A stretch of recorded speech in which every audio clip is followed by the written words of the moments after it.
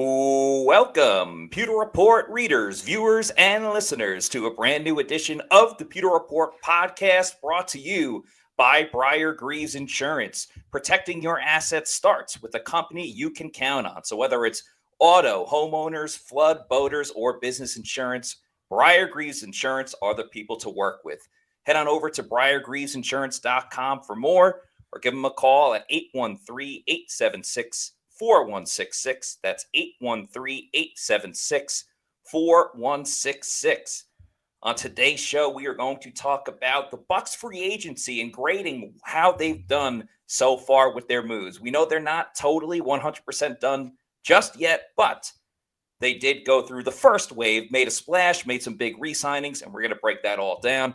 I'm your host, Matt Matera. Joined with me today, a very special guest going to join us for the first half of the show. From the Jay Retcher podcast, it is Jay Retcher. Jay, thank you so much for joining me this afternoon. Always love talking to you, and thanks again for coming on. Of course, man. Thank you so much for having me. Always love chatting with anybody at Pewter Report, but especially you, my wrestling-loving friend. I was just talking about you yesterday over at Emily yesterday with John Cena and the whole thing. I was like, Matt Matera's got to get in on this conversation too. I would have loved to. I absolutely loved what John Cena did.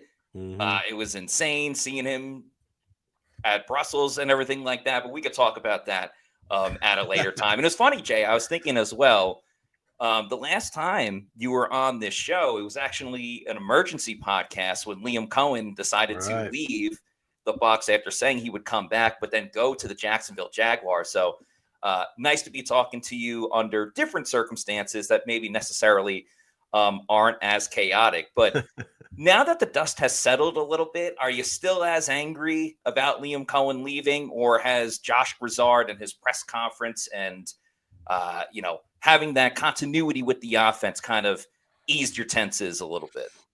Yeah, I think I'm just one of those people, Matt, where it's like you're emotional about it there at that time, and you look around, you kind of, it's one thing if he left, right? If you leave, fine. But just the way you went about it, it's just kind of a little skeezy, a little slimy. But now it's like ship's ahead. We're going down the river, down Hillsborough River, man. We're ready to roll. But yeah, Grizzard and the continuity, I think, is a huge thing. And I look at it directly at the whole Chris Godwin thing, because we looked at such a difference between the Canales offense and the Cohen offense when, it revolved around a guy like Chris Godwin. We were wondering, okay, is he going to be able to put him in a position to succeed? Because that's what all great coaches do, right? You hide your strength, you hide a guy's weaknesses, you accentuate the strengths, and you put him in a position to succeed. And we saw what Liam Cohen was able to do with the offense in 2024. And I think by having that consistency, by having Grizzard, who was in so many of those meetings over at One Buck Place at the Avon Hill Training Center, and just being there, I feel a lot better about a guy like Chris Godwin, that it's going to be an offense that's going to feature him a lot more like we saw last year, rather than what we saw a couple of years ago when Chris was kind of floundering a little bit in that Dave Canales-led offense. Yeah, it's crazy. Last season, he doubled his touchdown production alone than what he had the previous two seasons. And I always felt it was going to turn around with Chris Godwin. And I think people kind of forget last season, not how good he is or how important that he is to the offense, but because he got hurt when he did on that Monday Night Football game against the Ravens. And, there was still a long way to go in the season. And that kind of gets overshadowed by Baker having a career year and Mike Evans getting 1,000 yards again for another season, and the dramatic way that he got 1,000 yards too. People forget, Jay, that Chris Godwin, in many aspects of this team, was the locomotive of this offense, at least in the passing game, because he was on an absolute tear before that injury, and he could have led the league in receiving yards when it was all said and done if he would have kept playing. Yeah, it's kind of funny. I'm with you, right? You look at this whole situation with Chris Godwin. It wasn't that he was just like arguably the best player on this offense. He might have been one of, if not the best receiver in football. He was that versatile. Like, you look at his numbers and you put him up with anybody. He was that good. And when the Buccaneers, listen, we love Chris, we love Mike, but I think at certain times you want to compare. I think that's kind of the society that we live in. But the best that this Buccaneers offense is and has been when Mike Evans and Chris Godwin have been on the same team is when you say 1A, 1B. When there's a clear difference between the one or the other, then I think, it's like, all right, well, you kind of pick your poison. But when you can go back and forth, Chris can hurt you in the slot. He can really line up anywhere. And Mike's just such an absolute monster, even to this day. I mean, you look at him play, even on that catch to get 1,000 yards. It's like no matter what they were going to be able to do, they weren't going to be able to stop him. So I'm excited for this year. I'm hoping that Chris will be as close to 100% as possible. And I think that's another thing that factored into him returning. And I don't know if many people brought this up, Matt, and I'd love to hear your response to this. Is, we talk about the money, right? We talk about the proximity and him growing up here. And I looked at this situation with Chris Godwin and said, if he goes somewhere else, let's say he goes to Jacksonville, let's say he goes to New England, and he doesn't start out of the gates like he did in 2024, what are people going to be saying about Chris Godwin? He's a bust. He's not as good without Mike Evans. Why did we pay this guy this money? He's no spring chicken. He's not that young, blah, blah, blah. Like, that's a lot that Chris would have been able to handle. And we've seen it after he came back from his last season-ending injury. It took him a little while. It wasn't Chris Godwin right out of the gates, right? He was a guy that took a little while to get kind of back to normal. When he comes here and he starts in 2025, let's say he's not himself until week 5 or 6. Is anybody going to bat an eye in the Bay Area? No, they're going to be like, Chris, we get it, bro. We love you. Take your time. We got Mike. We got Jalen. We're good. And I think that's something that didn't get brought up nearly enough when speaking about Chris Godwin's decision to return.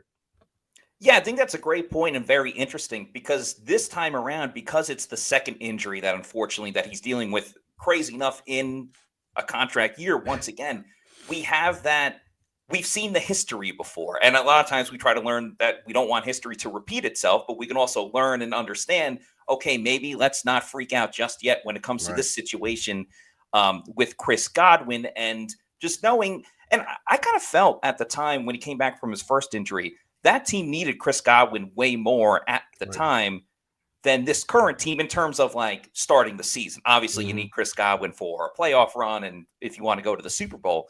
But now with the emergence of Cade Otton a little bit more at tight end, Jalen McMillan at wide receiver, to me is like the biggest thing where it's like, okay, Chris, take your time. And I felt that he rushed back into the lineup coming back from that torn ACL injury. Remember, he really didn't participate in the preseason or training camp or anything.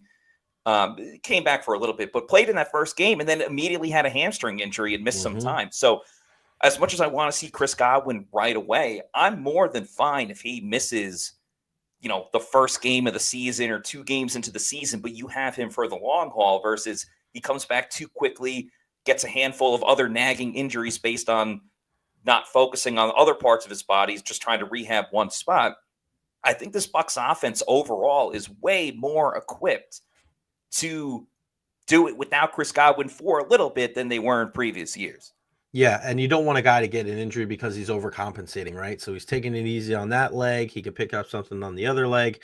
And and this is something we have to obviously wait to see what Josh Grisard brings to the table, but running the football, man, it all comes back to running the football. You take heat off of your offensive line. You take heat off of your quarterback. You take heat off of all of your receivers, feeling like that they have to go out and make every single play. And if they don't, then you're screwed. You're not going to be able to move the football. So I think running the football is going to be key for that dude right there, for his success, as well as kind of taking it easy until Chris Godwin is back. And that's what we want. I mean, we want this team to peak at the right time, fire on all cylinders at the end of the regular season. Of course, the beginning of the regular season is important too, but towards the end of the regular season, you want this team to be able to peak and be as healthy as humanly possible, and then see if they can make another long postseason run. By the way, shout out to everybody in the comments right now. We have Thaw 345 that says Jay Rector rocks. Let's go. We love appreciate you, baby. Showing some love to our guests for sure. And Steven Stansfield says you can't predict injuries. You only have to get ready for it. And that's why, depth is so important for this team this year. That's why I brought up Jalen McMillan and hopefully buddy.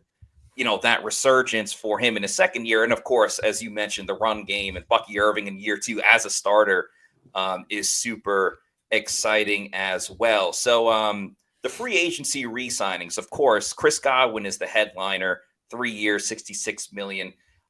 Before we get to Lavonte David, let's just stick with the offense again real quick. Ben Bredeson, 3 years, $22 million. What was your overall thoughts on that? Maybe not necessarily the money side of things, but bringing him back to start at left guard versus maybe going and drafting another offensive lineman this season. This was a pure continuity re-sign, in my opinion, because when you look at Ben, decent year. You look at the PFF grades, not great. And you start wondering when you're looking at that position, Matt, is that an option in the draft? Is that an option? You look at maybe not a first round pick, but do you look at a guard as a third or fourth or fifth? Do you give Elijah Klein, who I know that they liked, and I was excited to see what he could bring to the table, showed his versatility in the preseason last year, the young man out of UTEP. Do you give Elijah Klein that opportunity to fill in at guard? But when they brought him back, it was a signal to me that they knew that this was something that meant a lot to the offensive line. You heard Tristan Wirfs speak last year a lot about Ben Bredeson, and that's his guy, and they got along really well. And that's a deal. You're not breaking the bank. You're not paying him, Quentin Nelson money, right?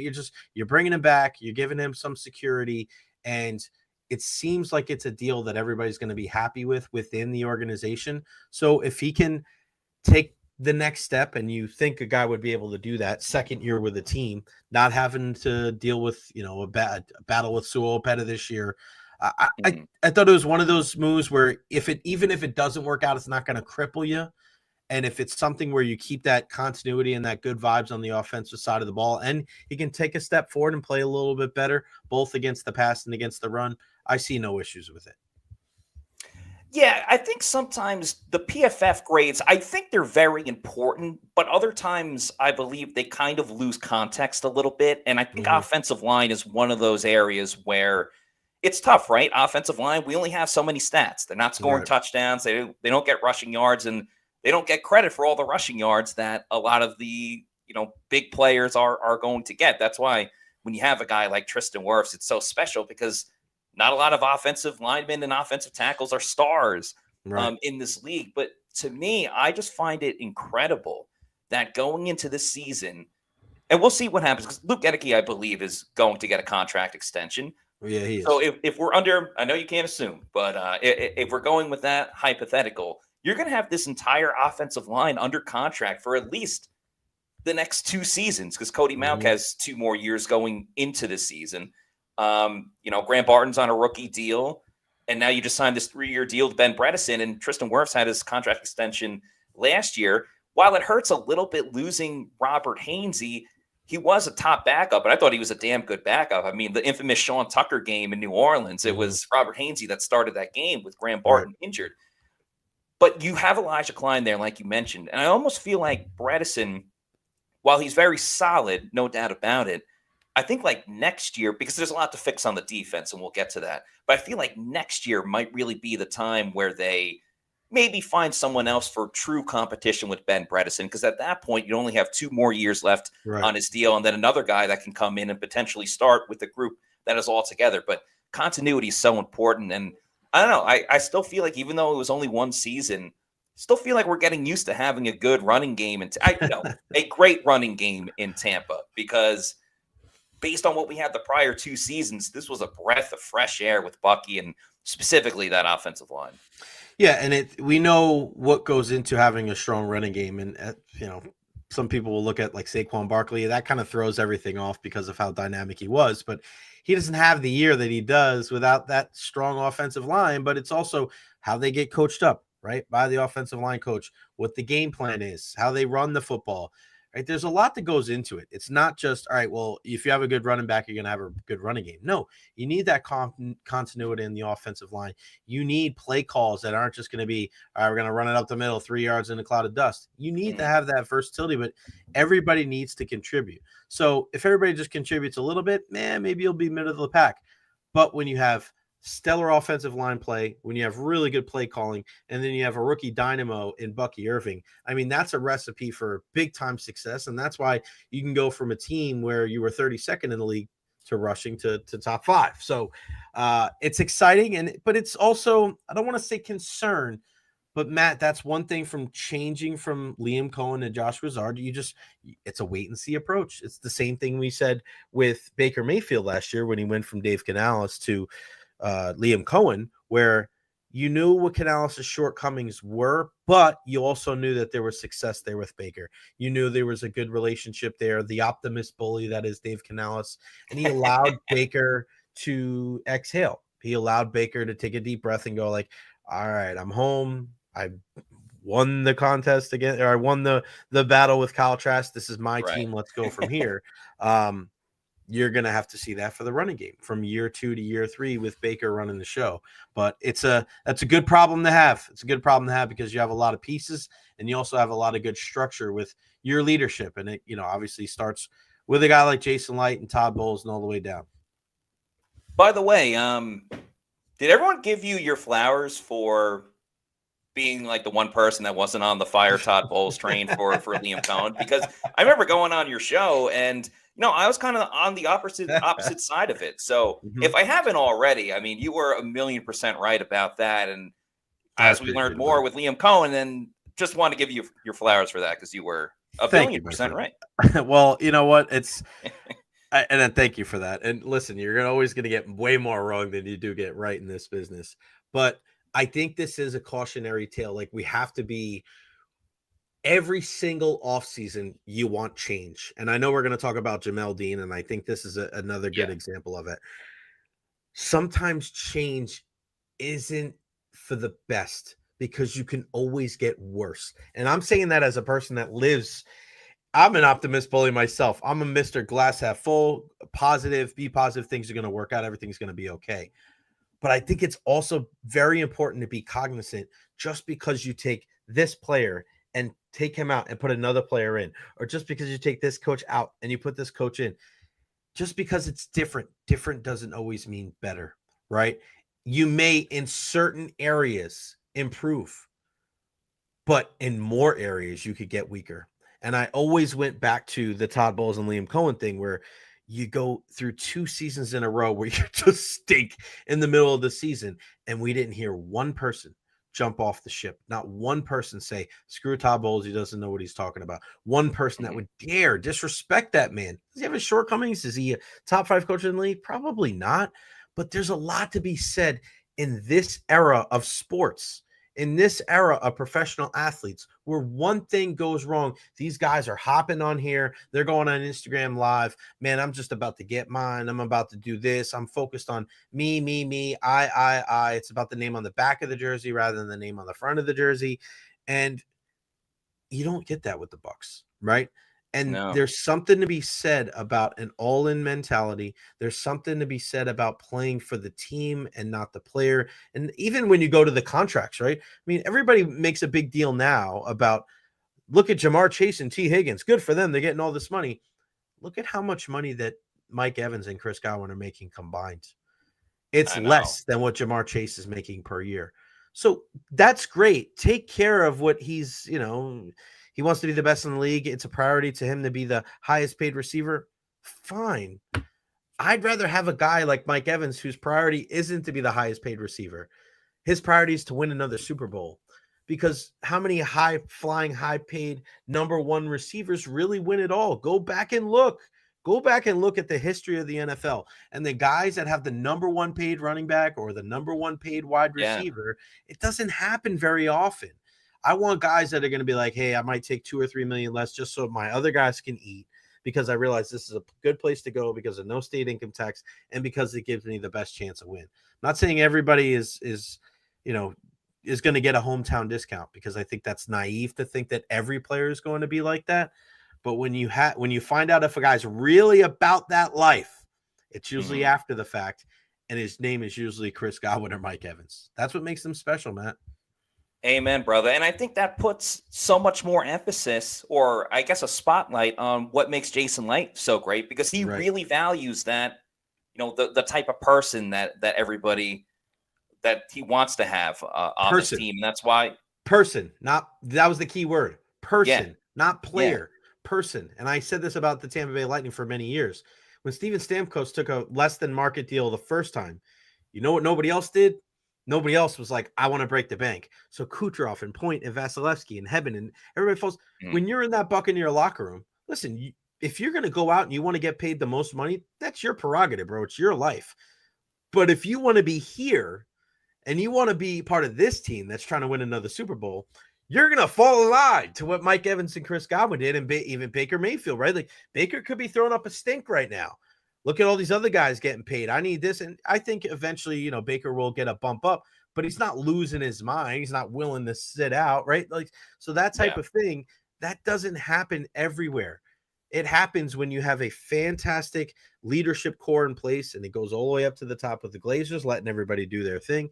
And then Light and Greenberg and Todd and Mike and Lavonte all the way down to the final guy. Because if you don't get on board, then you can get the step in and go play for somebody else. And if they had to earn their contracts, everybody else does. And the fact that Baker was the third highest, it still is the third highest paid quarterback in the NFC South, is absolutely hilarious. Nathan Elliott says, what up, Jay Retcher? What's up, buddy? So Chris Godwin, I think we're in agreement. That's an A if we're grading it. Maybe even A+. That's really the only argument there. Bredeson, I like it. I'm going to go B+. I don't think he's like a showstopper by any means. Yeah, B+, yeah. Yeah, exactly. This next man, just the delight that he's back in Tampa, I think is an A+. How the defense in the linebacker room will look necessarily, but your thoughts on Lavonte David coming back for an unprecedented 14th season and may have a chance this year, if all goes the right way, to break the all-time tackling record of Derek Brooks. That's one of those things you never thought it would be, but Lavonte David's a special kind of dude. I had Rondé Barber on my podcast last Tuesday, and he goes, "Jay, is Lavonte just going to keep coming back and try to break my record?" I said, "Damn, man!" It's like if he could lead the team in tackles again, maybe, you never know. But there's just like that picture that you have right there. That's just that's one of the standard definite. Like this is one of the pictures of this generation, right? I think back to how bad the Buccaneers were. How bad the Bucs were with Lavonte David and Mike Evans early on in their career, and just like the absolute dumpster fire that they had to deal with, that they had to persevere through. And now they're Super Bowl champions. They're Ring of Honor members, and they're guys that are still performing and playing at a high level. I mean, I think this is an A signing for the Buccaneers, being able to bring him back. Now, regardless of whether he came back or not, the Buccaneers need to throw assets at that inside linebacker position. He needs a running mate. He needs a tag team partner. He needs a guy that he's going to run and do the 3D off the rope with. He needs a guy that he's going to be able to say, hey, I'm okay to move on because this guy is going to kind of carry the mantle. And, a lot of us were hoping that it was going to be, and there was such a dynamic symmetry with Devin White, 54 and 45, first round pick, Super Bowl champion. You're like, this is it. This is the guy. He's got a smile on his face all the time. We know what happened there. But you have to get a guy. And whether it's free agency, whether it's the draft, I think they should address that position in both. But yeah, that's a position in need and a position of, I'd say, concern, because I think you need somebody that's going to push to be the best linebacker on the field. If Lavonte David is the clear-cut best inside linebacker on this team next year, I think that's a problem, because there was a little bit of a slip. There was a couple times where he kind of got caught behind a defender, and you could blame him or somebody else, but just natural. You're going to lose some foot speed as you get a little bit older. What he does lose there, he makes up for some of the wherewithal and some of the smarts and just the intangible stuff, him being in that locker room. I love it. I love that he's back. I hope he plays till he's 50. Don't tell Rondé I said I hope he beats his record, but selfishly, I'm going to say yes. I hope he plays another 2 or 3 more years, because you got to think about it. He played well last year. Again, a little bit, of a drop off. But I mean, Matt, you think about it. There's other inside linebackers that are playing at a high level that can take some of the freaking pressure off and take some of the just load that he has to deal with. I mean, my goodness, maybe he could play another 2 years. No, 100%. Like, for me, going into this season with Lavonte David, I think there's a way to get the best out of him where he doesn't necessarily have to play all 3 downs, and it won't be a demotion, or we won't look at it like it's such a bad thing. Like, remember, Servassier Dennis is supposed to be a big piece of this puzzle, but I can't trust him right now with the fact that he's been injured the past 2 seasons. And I know he had a lingering shoulder issue for a while, and he got surgery on that. But he was injured his rookie year, not even playing that much in other parts of the body. And Yeah. I'm not going to knock someone for getting injured playing the game of football. Like sometimes it's a luck thing, sometimes it's wrong place, wrong time. But I can't pencil in Servassier Dennis to be a long-time starter for this team if he's just not going to be available. So right now, your options are Lavonte, Servassier, Deion Jones is, they signed him where he could be a practice squad guy. He does have that veteran ability. And then they signed Anthony Walker from the Miami Dolphins, who Lavonte David actually said the other day he is a good friend of his, so you'll at least have chemistry there. But he's a guy that's coming off of injury as well, 29 years old, not necessarily the youngest inside linebacker, though I guess everybody's kind of young compared to Lavonte David. But I truly think, Jay, that the Bucs have to not just draft one linebacker, but potentially two linebackers in this year's draft just to really build out the position, because unfortunately Lavonte's not going to play forever. Yeah, I mean, it comes down to, and I know you guys have, you did such a great job of putting your battle plans together, and we've had, I had this conversation up there in Mobile with Josh Capo. He was in the parking lot, I think, and he hopped on with me. But it comes down to like one of three guys, right? I mean, you're going to get Campbell in the first, Schlesinger or Bassett. I think those are the three guys that you look at, right? And I think either any of those three guys, wherever you end up plucking them in the draft, I think are going to be that piece. Like you start moving forward, like, all right, this is going to be your guy. It's tough to draft two inside linebackers in the draft. I think that's why I believe that you're going to try to hope Servassier. I think Servassier going into the season, you would want him to be your third or fourth option just because of the injury history. This is where Jason Light comes through with the undrafted free agent, right? This is where he comes through with a guy that was just an absolute stud. He was team captain somewhere. Maybe he's undersized. Maybe he's coming off of an injury. That's where I'm looking at. I'm looking at a guy in the draft, and I'm looking for an undrafted free agent, because that is kind of the bread and butter for Jason Light. Throw numbers at that position, take some of the heat off of Lavonte David. And then if you do that, let's say, Matt, you have, let's say you get Campbell in the first round and Lavonte and an undrafted guy. Now you have Servassier in that 3-4 spot, and you have Anthony to come in after. And if you have some of these other guys that you need to step in, you can do that. Listen, if you're going down that end, if you're going that deep in the depth chart, you're probably screwed anyway, regardless of who you have. But I like in the draft and then undrafted for that inside linebacker spot. In a perfect world, I would love for Lavonte to play like first and second down, and then someone comes in and platoons for him on third down, because that's where he's taken the biggest step backwards, and that's just more age than anything else. Is that he got beat a little bit in pass coverage, but the intangibles are still there. The instinct, knowing where a play is going to be, stopping the run, he still eats up a ton of tackles. So if they can find a pass coverage linebacker, and maybe that is a rookie, or even like Deion Jones just on third down, it'll just make the defense that much better. And again, I don't think it hurts the overall legacy of Lavonte. But yeah, I agree. They definitely have to build it out in the draft. And one position they may build out in the draft still, despite making the splash signing, is edge rusher. So we're going to talk about Hassan Reddick, the golden signing of the Tampa Bay Buccaneers. In terms of new faces in Tampa, the Bucs have always been big fans of re-signing their own. I know last offseason was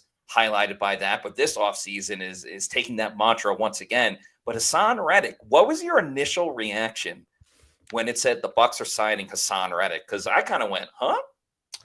Loved it. And you know me, Matt, as evidenced by our discussion just now about the Todd Bowles, Liam Cohen thing. I am not one of those people that I didn't grow up a Bucs fan. I don't look at things through pewter colored glasses.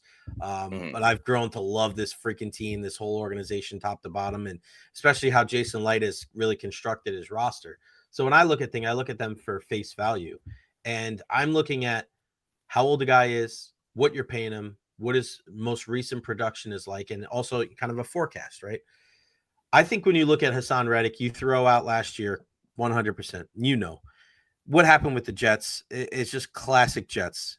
Yeah, we'll sign him a long-term deal. And he's like, I don't know. It's just like, it was such a funky situation. It was just like, dude, how do you not know that this is the way it is when that's the reason why he didn't sign in Philly?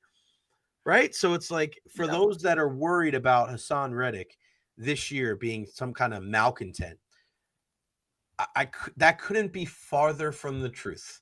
And I'm going to tell you why, and a multitude of reasons. One, Jason Light and Todd Bowles ain't bringing him in here if this guy is messing things up, right? They're not bringing him in here if they're worried about this guy being a locker room cancer. He's going to disrupt everything. They're just not going to do that. Those conversations that they have with him, they don't speak with him without offering him, without knowing this and then offering him a contract. Number two, he also doesn't come to a place like Tampa Bay knowing who's in this locker room, thinking that he's going to come in here and run shop. There's Super Bowl champions in here. There's Lavonte David in here. There's Vita Vea in here. And then, oh, yeah, Mike Evans and Wirfs and all these guys on the offensive side of the ball. Like, he knows what he's getting into as well.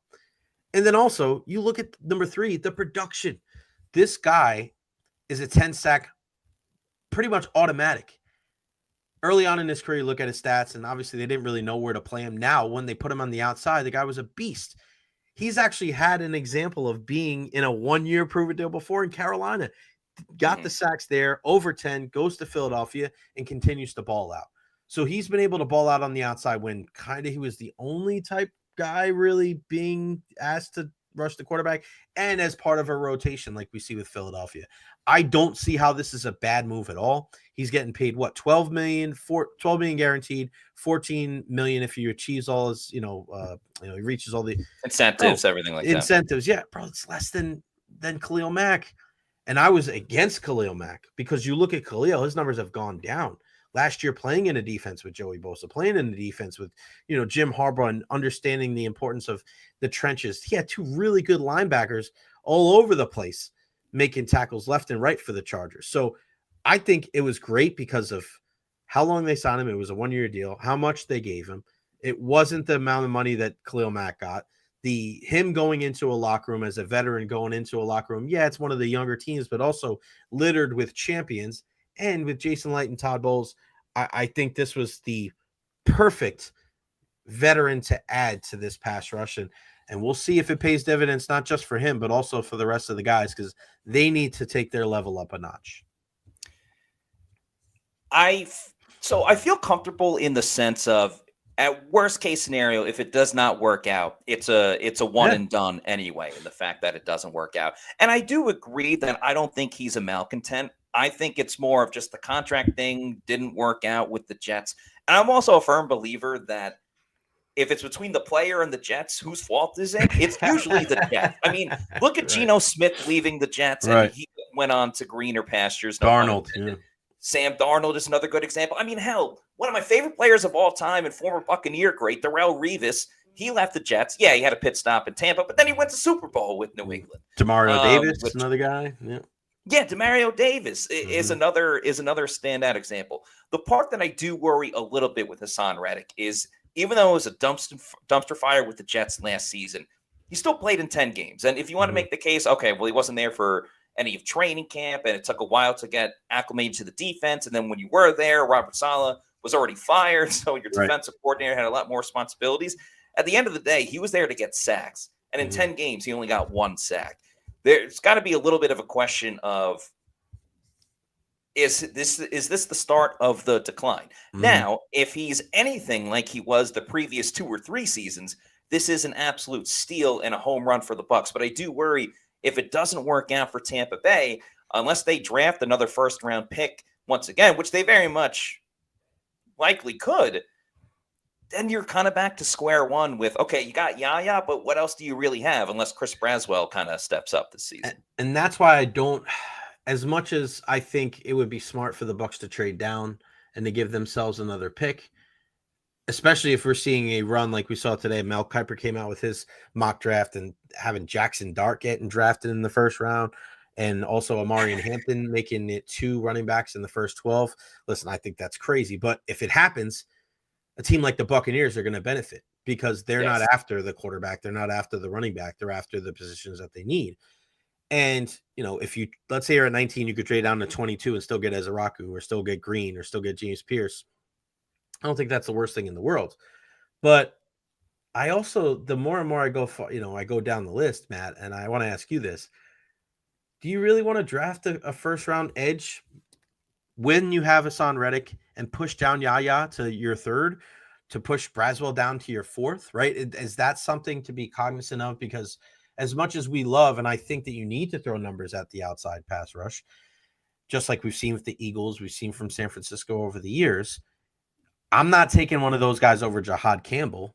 And if Johnson is there from Michigan, who's now kind of in the mid-teens, if he falls or if Barron falls from Texas, knowing that you need some corners, knowing that you need an inside linebacker, I think going into the offseason, I had it pass rush, inside linebacker, corner. I think I might have it flipped now, maybe where it's like maybe inside linebacker, corner, and then edge rush going at the end, because bringing in Hassan Reddick, you want to bring in a guy at a first-round pick and have him play right away. I don't know if you're doing that if you're drafting Ezeraku, because I don't know if he's going to play in. I know he's not playing in front of Reddick, and I doubt that he's going to play in front of Yaya Diaby. That's the concern a little bit with Todd Bowles, is that he's kind of been late to kind of give guys more of a starting opportunity. I think a good example, and he's not with the team anymore, but Joe Tryon-Shoyinka back in the day, we were all saying when JPP was dealing with a torn rotator cuff, and credit to JPP, he was still playing with it, but it was like, hey, let's give JTS some more time because JPP is banged up, but they didn't necessarily go that route. And then when Yaya was a rookie, it was like, come on, play Yaya more. And they didn't until later on in the season, and it ended up working pretty well. Chris Braswell, towards the end of the season, wasn't playing barely at all by any means. He was playing like 5% of the defensive snaps. So it's fair to say it stunts the development a little bit. Ultimately, it'll come down to who's available at 19, if the Bucs are even drafting at 19, if they do a trade or something like that. But like if Donovan Ezeraku is there, and they love Donovan Ezeraku, I think it would be tough not to take him, because if Hassan Reddick balls out, there's a chance he's not back next season, just based on like the money that he was going to want to recoup from the whole Jets fiasco the year before. And if Reddick does not work out, well, then you're not holding on to him anyway, and you have that next guy kind of in line. So it's a little bit of a, not a catch-22, but it's a little bit of a, you want to be prepared, but you also want to like be ready in the moment. But Also, is that what you want to do? Is that what you want to do with your first-round pick, though? Right, that's the thing. Is like with your first-round pick, and that's what we've seen from the Bucs the last couple of years.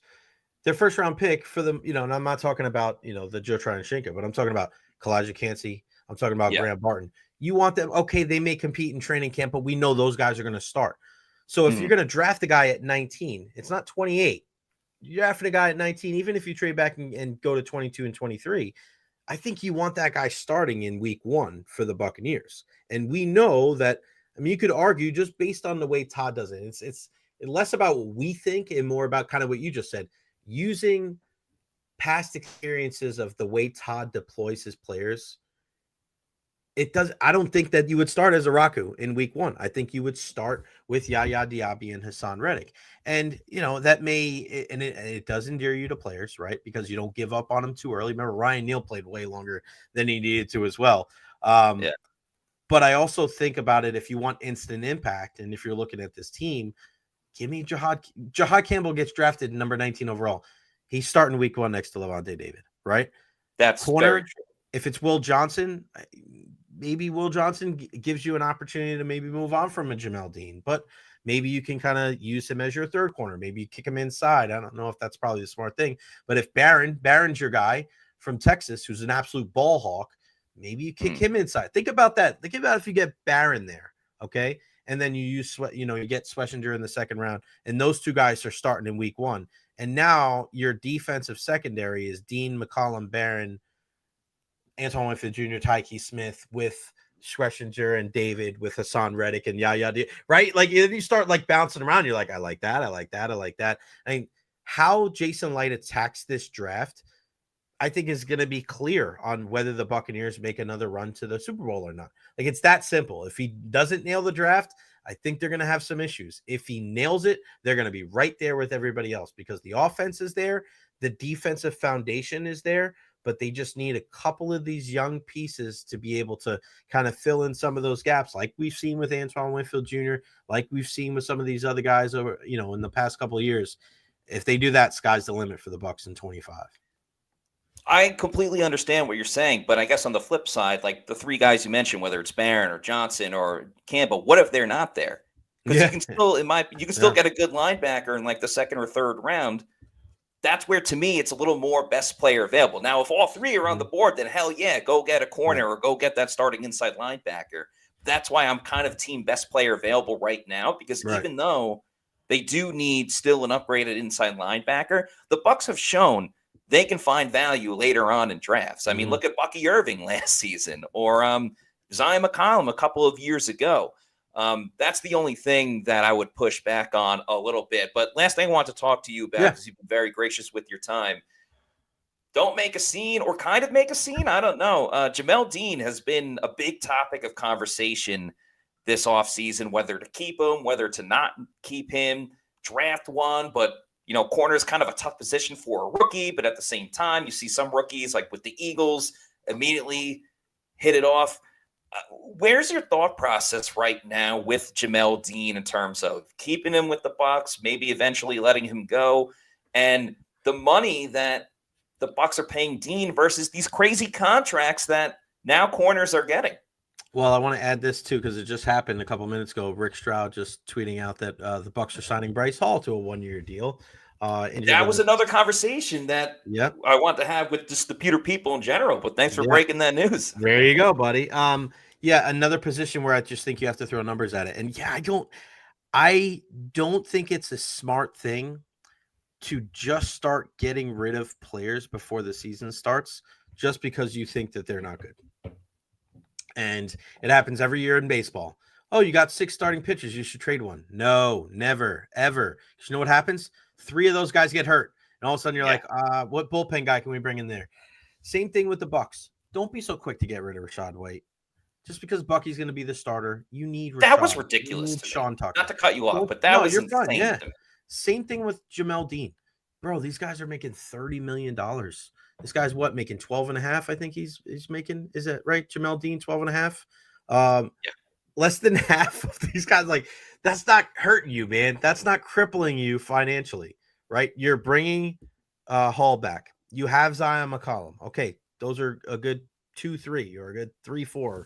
We'll see about Zion. I think that his development is something that we've seen growth, but I think he even needs to take another step in the right direction to prove that, why we've seen growth from being a solid special teamer to a good player. Now they traded Carlton Davis. Here's more of a responsibility.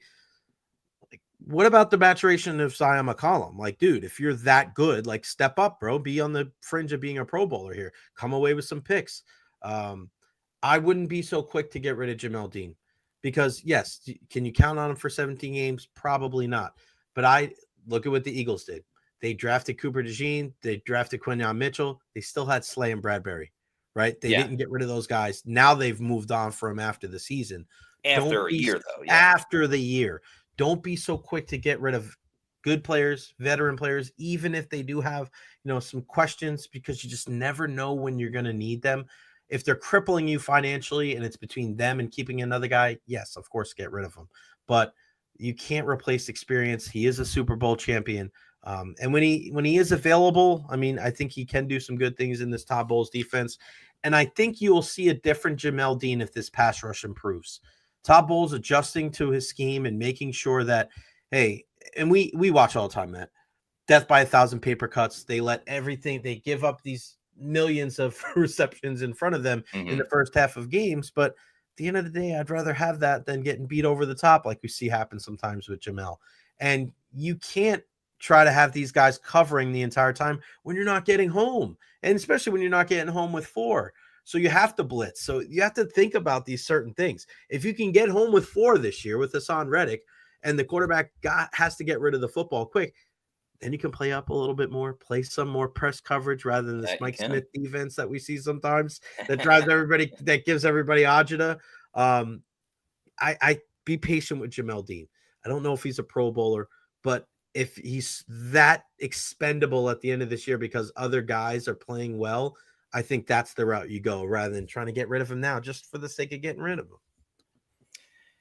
The only thing I do know about Jamal Dean, if he is on the team this year, is you're still not going to rely on him to get interceptions and hold on to the football. That's just not the name of his game. Right. They're just going to have to find ball hawks somewhere else, knowing that going into the season. But Jay, can't thank you enough for joining this afternoon. This has been a great conversation. It's been a lot of fun. Everybody check out the Jay Retcher podcast. Let them know where they can find you. Every day at noon, the Jay Retcher podcast at Jay Retcher. Talk a little bit of everything. You see all the sports behind me. Always have my Pewter Report guys on there as well. So we're always starting on the inside, starting with Tampa and branching ourselves out. Every single sport under the sun, including WWE and UFC, we will chat about. But yeah, every day at noon. And just like and subscribe on YouTube, man, at the Jay Retcher podcast, at Jay Retcher on every social media platform. Yeah, everybody make sure you go and subscribe. Cannot recommend it enough. Tons and tons of fun topics. So, Jay, thank you so much for joining. Appreciate you, my friend. Talk soon. Yep, absolutely. All right, let's talk about our friends now over at Brier Greaves. You heard me mention it at the beginning of the show, but we'll talk a little bit more about Brier Greaves right now. If you're a longtime podcast listener, you probably remember the late, great Mark Cook talking about Brier Greaves Insurance. Pewter Report's Scott Reynolds has been a Brier Greaves insurance customer for years as well, and there simply isn't a better insurance company in the Tampa Bay area. So visit BrierGreavesInsurance.com to see for yourself. Brier Greaves Insurance is family-owned, and their main goal is helping people. They want to help people find the right insurance policy for you and your family. Whether it's home or auto, boating insurance, or business insurance, turn to Brier Greaves and find out why their personal touch and customer service sets them apart. The days of waiting on hold to speak with an insurance representative that you don't even know are over. With Brier Greaves Insurance, you'll have a relationship with your agent who can answer your questions and advise you on the best policies. Visit BrierGreavesInsurance.com today. That's Brier, B-R-I-E-R, Greaves, G-R-I-E-V-E-S, or call them at their office at 813-876-4166. That's 813-876-4166, and tell them that Pewter Report sent you. All right. Thanks again to my main man, Jay Retcher, for joining the podcast again. Everybody, please go and subscribe over to his YouTube channel. He talks Bucs, Lightning, Rowdies, Rays, WWE, like he just mentioned, and a lot of other, big stuff that are going on in sports. And Pewter Report is on there a good amount too. So as Hizo813 says, we'll be tuning in to Jay. Good stuff today, man. For sure. Just absolutely loved having Jay on. Bat W says, liked how Jay shut you up a bit, Matt, with your Easy and Dean talk. Yeah, I'm going to let him make his point. Why would I go and cut him off if he's in the middle of doing his thing? And he has a lot of great opinions. So I don't feel like he shut me up. I feel like I was just trying to be a good host and hear him talk and all that good stuff. But we'll get to some comments as well, some comments from earlier in the show. Of course, Super Chats get to cut the line as well. Hizo813 says, by the way, welcome back to the podcast, Matty Diamonds. Thank you very much, Hizo813. It's great to be back on as well. But Bryce Hall signing a 1-year deal with the Tampa Bay Buccaneers via Rick Stroud of the Tampa Bay Times. Let's see. 1-year deal. Yeah, so he got hurt in the season opener. He broke his leg. If you guys remember, guys and gals remember, he had come in due to another injury at corner. He broke his leg. So Christian Izien had to replace Bryce Hall and ended up playing corner, but his natural position is safety. So there was a shuffling of the deck early on in the season. Literally in week 1, as John V says, like bringing Hall back. I'm completely fine with the move because the only knock against Bryce Hall right now, besides that he's coming back from an injury, is he got beat a little bit in OTAs, minicamp, and training camp. But I'm still willing to believe that a veteran that has done it for a while and a guy that has both started and been a backup in this league who knows how to, spot start in those situations, which I think is a value that sometimes gets overlooked. I'm willing to wait to see how he looks in the regular season in games when it matters the most versus getting beat in practice, especially when you're going up against Mike Evans, Chris Godwin, and all of these good players. So as far as a depth situation, I think this is a solid, fine move for the Buccaneers. He will join Kindle Vildor in the secondary and at the corner position specifically. So we'll still see what's up with Jamal Dean, but right now you got Dean, you got McCollum, you got Vildor, And now you got Bryce Hall back at it. Nathan Elliott says, I put Hall coming back into my 2025 battle plan notes. Yes, you were very, very detailed in that aspect of it. Steven Stansfield says, better than paying DJ Reed. Yeah, corners have been getting a lot of money this offseason. Stingley, that contract, whew. I mean, resetting the market. I'm sure a lot of other GMs around the league weren't necessarily fans of that one. I mean, it's crazy to think that last year, Antoine Winfield Jr. became the highest paid defensive back in league history. And then a season later, it's not just beaten, it's beaten by an absolute ton. So crazy news in the NFL on that standpoint. A couple more comments. I had some start from the beginning. Henry Gigante, you called it earlier, and Henry is a Pewter Report YouTube channel member as well, says, would like to see the Bucs re-sign Hall, need depth in the secondary. The draft will fill out the rest. Henry, you called your shot. Great job calling the Bryce Hall pick. Ask and you shall receive. Later on this show, Bryce Hall signs with the Bucs once again. So funny how that works out. Steven Stansfield wants to know comped picks. The Bucs don't have any comp picks. That actually came out a week or two ago. They do not have a comp pick based on the free agents that left the Bucs and signed with other teams. By the way, speaking of our Pewter Report YouTube channel members, I want to give a shout out and a thank you to all of our platinum members, starting with Scott Federico, Rachel Gordon, Noah Parr, Scotty J, Dave Anderson, Hezo813, Ash Fishpool, Joel Elrican, Sam, John Dale Morris, Zap Brannigan, RP89, Eric McMillan, Connor Four Reels, Zach Jarvis, and Kevin Thomas. Thank you all so much for your support. We're going to have another Pewter Insider returning this Friday. I'll get to that in just a moment. The other shows we have coming up tomorrow, we will talk about what's next for the Bucs in free agency. Well, they just signed Bryce Hall. We'll see what else is in store for Tampa Bay. What other positions should they address? But now with the signing of Bryce Hall, might change things a little bit with what our answer is. Thursday, we are going to do Bucs mock draft madness. So yes, it is the first day of March Madness on that Thursday. Myself, Josh Capo are going to be on. We're going to go through a couple of different mock drafts within the hour of the show. We're not going to be on for like 2 or 3 hours, but want to do a couple of different things. A regular draft, maybe one where the Bucs draft up or draft down or all these different things. We're going to come up with a couple of different scenarios and do some regular ones, maybe do some wacky ones, see how we can kind of build out the rest of this Bucs team through the draft. And on Friday, we are back with a Pewter Insider for Pewter Platinum and Premier members.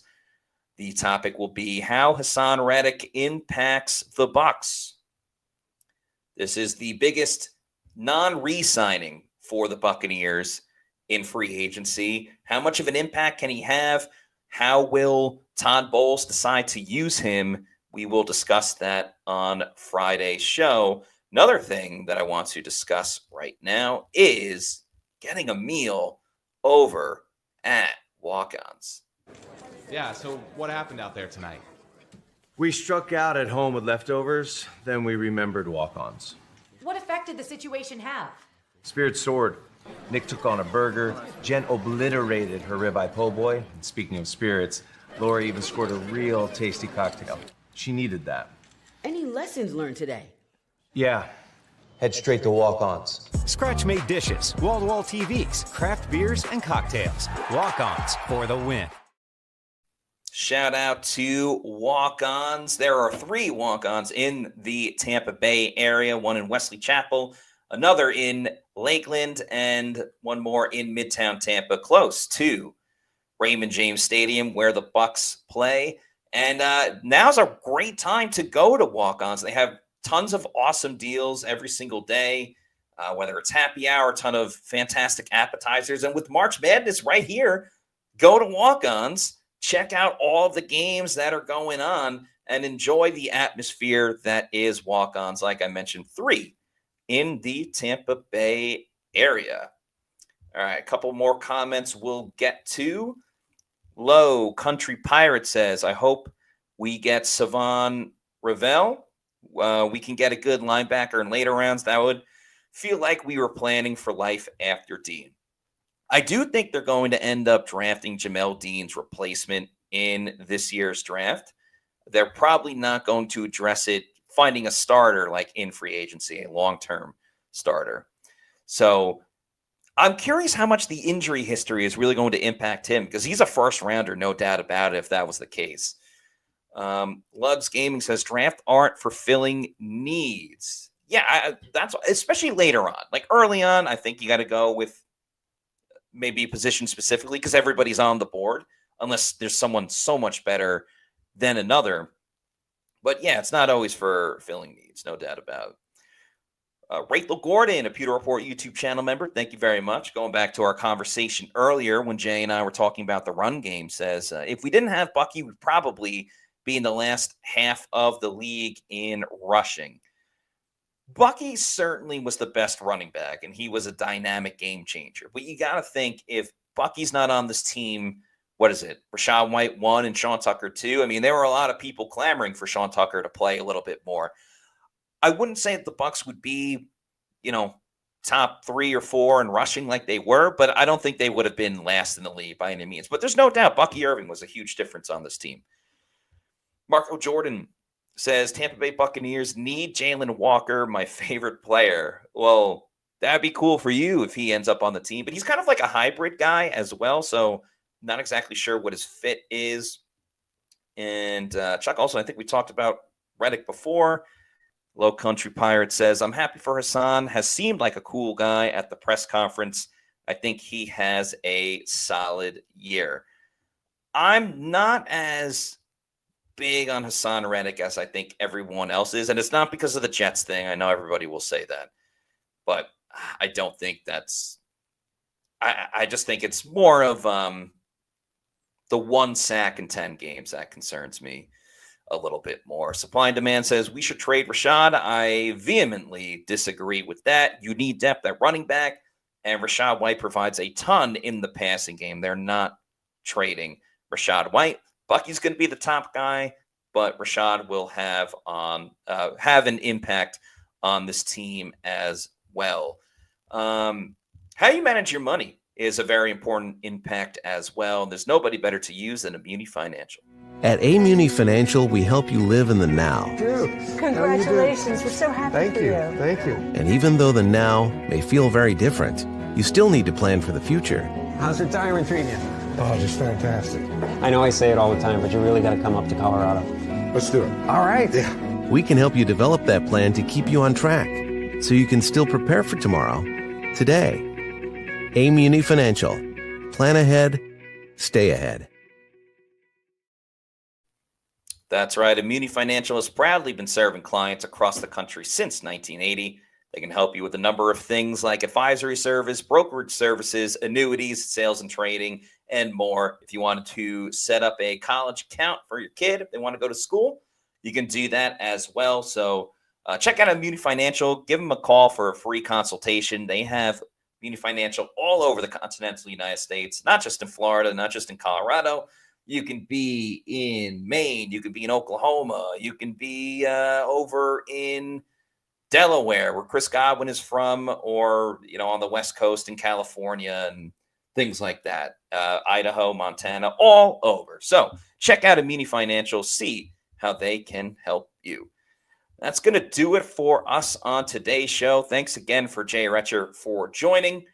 Just a reminder again, tomorrow, what's next for the Bucs in free agency? Thursday, Bucs mock draft madness, and then the Pewter Insider coming up on Friday for Pewter Platinum and Premier members. Thank you to everybody for watching today's show. Make sure, if you're not already doing so, please like and subscribe to PewterReport.com. We are on X, Facebook, and Instagram at Pewter Report, and our YouTube channel is Pewter Report TV. leave a comment below on this video as well. So for Jay Retcher, I'm Matt Matera saying thanks everybody for watching, and we'll see you tomorrow at 4 p.m. for another edition of the Pewter Report podcast. Out.